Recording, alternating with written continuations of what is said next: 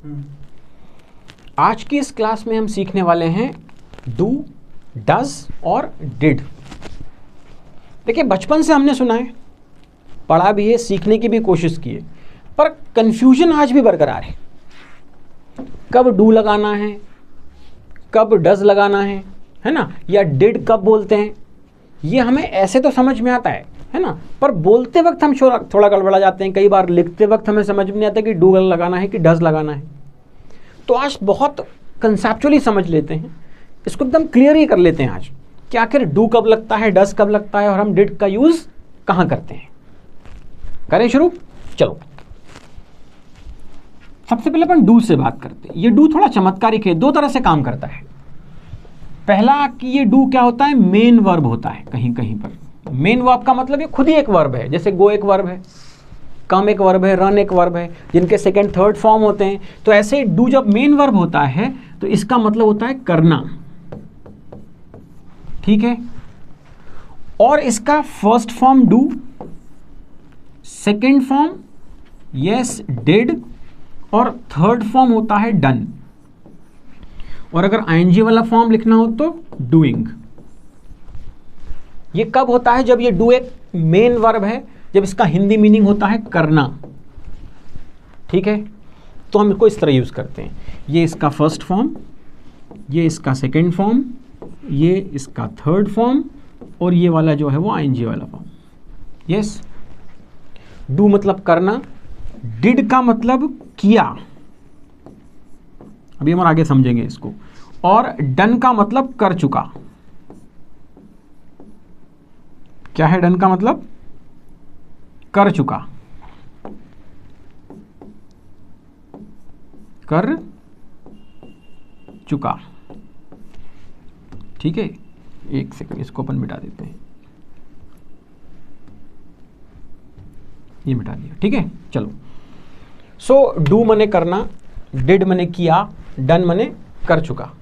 ये हमने कब देखा? जब ये एक किसकी तरह काम कर रहा है, एक मेन वर्ब की तरह, खुद एक वर्ब है ये।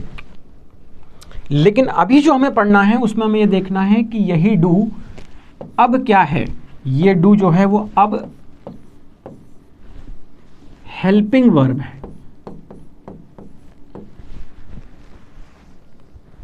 ये डू जब एक हेल्पिंग वर्ब होता है तो इसका यूज हम कब करते हैं? टेंस में करते हैं, वेरी गुड। और प्रेजेंट सिंपल या पास्ट सिंपल वाले जो सेंटेंस होते हैं उसमें करते हैं। अगर कोई चीज प्लूरल है, बहुवचन है, एक से ज्यादा है, तो हमें हेल्पिंग वर्ब लगानी पड़ती है डू।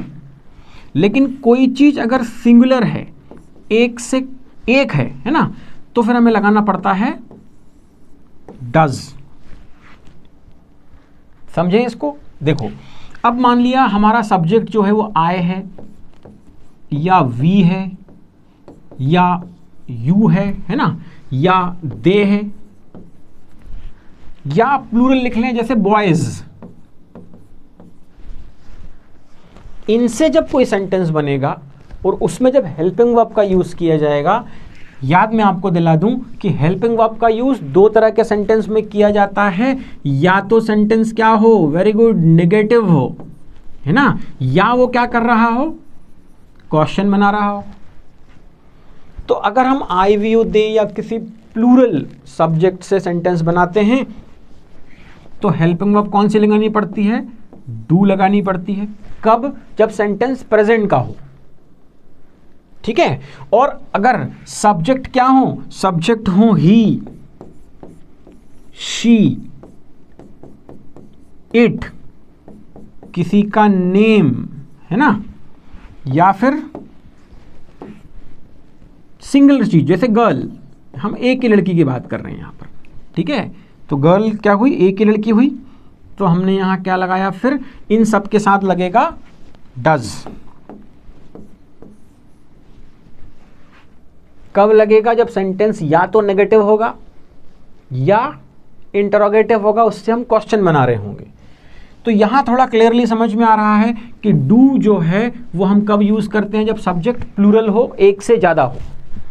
और डस का यूज कब किया जाता है? जब सब्जेक्ट कैसा हो, सिंगुलर हो, ही हो, शी हो, इट हो, किसी का नाम हो सकता है, राम, श्याम, सीता, है ना, राधा, गीता। और जब सिंगल कोई हो, जैसे गर्ल, एक ही लड़की हो, वहां हमने लिखा था बॉयज। ठीक है, ये हो गया। और अगर इसी का पास्ट हो जाए सेंटेंस, तो फिर वहां हमें यूज करना पड़ता है डिड। क्या यूज करना पड़ता है? डिड का यूज करना पड़ता है। यस, देखो, और डिड जो है वो आई हो, वी, यू, ते, ही, शी, इट, किसी का नेम हो, सिंगुलर हो, है ना, जैसे बॉय, या प्लूरल हो, गर्ल्स, इन सब के साथ हम डिड का यूज करते हैं। कब? जब सेंटेंस हो पास्ट का। यस, पास्ट में सिंपल वाला सेंटेंस हो, इंडेफिनिट जिसको बोलते हैं, वहां का सेंटेंस हो, सेंटेंस या तो नेगेटिव हो या क्वेश्चन बनाने वाला सेंटेंस हो। यूज हम क्या करेंगे? हेल्पिंग वर्ब डिड का यूज करेंगे। ये भी क्लियर? प्रेजेंट में हमने हेल्पिंग वर्ब लगाई थी डू या डज, पास्ट में हमने हेल्पिंग वर्ब लगाई डिड। डू कब यूज किया? जब प्लूरल सब्जेक्ट थे। कौन से सेंटेंस में? नेगेटिव में या क्वेश्चन वाले में। डज कब यूज किया? जब सब्जेक्ट सिंगुलर थे, एक ही थे। ये भी क्लियर हुआ? एक बहुत इंपॉर्टेंट बात जो है कि जब हम डिड का यूज करते हैं तो इसके बाद चाहे सेंटेंस नेगेटिव वाला हो या क्वेश्चन वाला हो, इसके बाद हमेशा वर्ब के फर्स्ट फॉर्म का यूज किया जाता है। जैसे कहीं अगर डिड लिखा है किसी सेंटेंस में, तो उसके आगे हम गो लिखेंगे, है ना, वेंट नहीं लिख सकते, ये वेंट गलत है। डिड के बाद हम स्पीक लिख सकते हैं, मतलब फर्स्ट फॉर्म, है ना, लेकिन स्पोक नहीं लिख सकते या स्पोकन नहीं लिख सकते। ये दोनों गलत है। क्यों? क्योंकि ये सेकंड और थर्ड फॉर्म है। और डिड के बाद हमेशा, चाहे नेगेटिव सेंटेंस हो या क्वेश्चन वाला हो, हम क्या करते हैं? हमेशा फर्स्ट फॉर्म का यूज करते हैं। इस बात को बहुत अच्छे से याद रखना।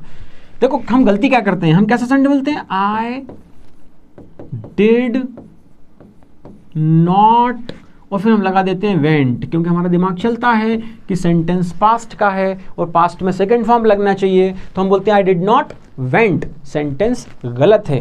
क्यों? क्योंकि डिड के बाद हमेशा क्या होगा? फर्स्ट फॉर्म यूज होगा, I did not go. Hello, समझ में आ रहा है क्या आपको? हाँ, इसको समझो ठीक से। देखो, एक और सेंटेंस दिखा देता हूं मैं आपको यहां। He did not, अब आप बोल देते हो spoke। क्या हो गया? He did not spoke, speak, spoke, spoken, second form लिख दिया मैंने। सेंटेंस कैसा हो गया? गलत हो गया। ये स्पोक यहां पर नहीं आएगा, तो फिर यहां पर क्या आएगा बताइए? फर्स्ट फॉर्म आएगा। Very good. तो यहां आएगा स्पीक। तो सेंटेंस हो गया ही डिड नॉट स्पीक, उसने नहीं बोला। थोड़ा यहां आपको समझ में आ गया, और अपन एग्जाम्पल से आगे देख लेते हैं। देखो,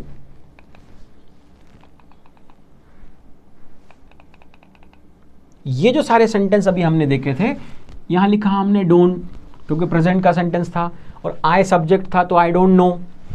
फिर यहां हमने लिखा आई डू माई वर्क, यहां ये डू क्या है? एज अ मेन वर्ब काम कर रहा है कि मैं अपना काम करता हूं। फिर ये हेल्पिंग वर्ब डज, क्योंकि सब्जेक्ट क्या है? ही है, तो ही डज नॉट। शी जब सब्जेक्ट है तो शी डज। डू यू, है ना, यू सब्जेक्ट था तो क्या लगाया हमने helping verb? Do you study. जब इट सब्जेक्ट था तो does it rain.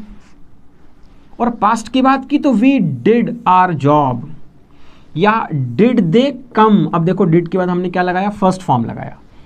Did not ask, first form लगाया।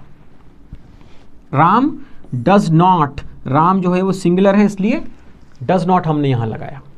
क्लियर हो गया ये आपको थोड़ा? चलो आगे चलते हैं यहां से हम। डू, डज और डिड का प्रयोग हेल्पिंग वर्ब तथा मेन वर्ब दोनों की तरह किया जाता है, जो आपको मैंने अभी समझाया है ना। जब इनका प्रयोग हेल्पिंग वर्ब की तरह किया जाता है तो या तो ये प्रेजेंट बताते हैं या पास्ट बताते हैं। डू और डज क्या करते हैं, ये प्रेजेंट बताते हैं, और डिड क्या करता है, पास्ट का समय बताने का काम करता है। यस, चलो और आगे बढ़ लेते हैं यहां से। और जब इनका प्रयोग मुख्य क्रिया की तरह किया जाता है तब ये मुख्य क्रिया डू का पार्ट है ना। और उसका मीनिंग क्या होता है, करना। हमने देखा था डू मने करना, और second form did, third form done. बहुत बढ़िया, ये भी आपको आ रहा है। ठीक, और आगे देख लेते हैं इसमें। डू और डस का प्रयोग प्रेजेंट सिंपल टेंस में हेल्पिंग वर्ब की तरह किया जाता है। देखो, आई डोंट स्पीक है ना, I do not speak English, ये तो अपने जैसी बात कर रहा है बिल्कुल। ही डज नॉट, ही के साथ डज नॉट लगाया, ईट मैंगो, वह आम नहीं खाता है। दे डोंट टेक रिस्क, वे रिस्क नहीं लेते हैं ना, दे प्लूरल सब्जेक्ट है इसलिए डू लगाना पड़ा। फिर आ गया, she does not behave properly, वो ठीक से व्यवहार नहीं करती है। शी क्या गया, हमने क्या लगाया, डज लगाया। फिर डज इट रेन है ना, क्या बारिश होती है, does it rain. It subject था इसलिए वर्ब कौन सी, हेल्पिंग वर्ब कौन सी लगाई, डज। और आगे देखते हैं इसमें क्या बोल रहे हैं। डोंट यू टेल अ लाई, अब हमने यू के लिए क्या लगाया, डू लगाया। ये क्लियर हो गया है हमें। डिड का प्रयोग पास्ट सिंपल टेंस में हेल्पिंग वर्ब की तरह किया जाता है। I didn't take milk last night, देखो पास्ट की बात कर रहे हैं ना, लास्ट नाइट, तो यहां आई डोंट टेक नहीं आया। अगर अभी आप दूध नहीं पीते तो आप कहेंगे आई डोंट टेक मिल्क, लेकिन ये कब की बात हो रही है, लास्ट नाइट की, तो यहां लगाना पड़ा डिड। और सेंटेंस देखते हैं, he didn't come on bike an hour before. देखो डिड के बाद वर्ब का फर्स्ट फॉर्म, यहां भी डिड के बाद वर्ब का फर्स्ट फॉर्म। और देख लेते हैं, दे डिडंट कॉल मी, उन्होंने मुझे कॉल नहीं लगाया, डिड के बाद वर्ब का फर्स्ट फॉर्म। और डिड क्यों यूज किया गया, क्योंकि हम बात किसकी कर रहे हैं, पास्ट की कर रहे हैं। She didn't go to movie last weekend, ये पास्ट हो गया है ना। और देखो ये डिड के बाद वर्ब का फर्स्ट फॉर्म आ गया, तो डिड के बाद हमेशा वर्ब का फर्स्ट फॉर्म यूज कर रहे हैं, याद रखिए इसको, ध्यान देने से ध्यान रहेगा। Did you reach on time, ठीक है साहब, डिड के बाद हमेशा वर्ब के फर्स्ट फॉर्म का प्रयोग किया जाता है। 10 बार आपको बताई जा चुकी है ये वाली बात, इसको याद रखिए कि डिड अगर सेंटेंस में आया है, नेगेटिव हो, इंट्रोगेटिव हो, किसी भी सेंटेंस में आया हो, तो डिड के बाद हमेशा वर्ब का first form. Did you complete लिखा है, कंप्लीटेड नहीं है ना, या शी डिडंट डू लिखा है, डिड नहीं लिखा है, या डन नहीं लिखा है, डिड ही कम लिखा है, केम नहीं लिखा है, और वी डिडंट गिव, हमने नहीं दिया आवर बेस्ट। अब तो बात आपको समझ में आ गई होगी कि डू कब यूज करना है, प्रेजेंट सिंपल वाले सेंटेंस में हेल्पिंग वर्ब की तरह जनरली करना है ना। जब नेगेटिव सेंटेंस हो या इंट्रोगेटिव हो तो डू कब लगेगा, जब सब्जेक्ट क्या हो, प्लूरल हो, एक से ज़्यादा हो। और डस कब लगेगा, जब सब्जेक्ट सिंगुलर हो, एक हो। और डिड का यूज़ कब करते हैं, जब पास्ट सिंपल का सेंटेंस बताना हो, नेगेटिव या इंट्रोगेटिव, ठीक है। और डिड के बाद, हाँ एक साथ बोलो, डिड के बाद हमेशा वर्ब का फर्स्ट फॉर्म यूज़ किया जाता है। बहुत बढ़िया, तो ये आप सीख गए हो कि डू कहाँ लगाना है, डस कब यूज करना है, और डिड का प्रयोग कैसे किया जाता है। और बहुत शुरुआत में हमने देख लिया था कि डू जो है वो 2 तरह से काम करता है, या तो ये एक मेन वर्ब है जब इसका first form do, second form did और थर्ड फॉर्म डन होता है, या यही do as a helping verb function करता है, डू, डज और डिड। इस पूरी क्लास में आज हमने इस डू, डज और डिड के बारे में सीखा। इसकी प्रैक्टिस कीजिए ताकि आपकी कमांड इस पर बहुत अच्छी हो जाए।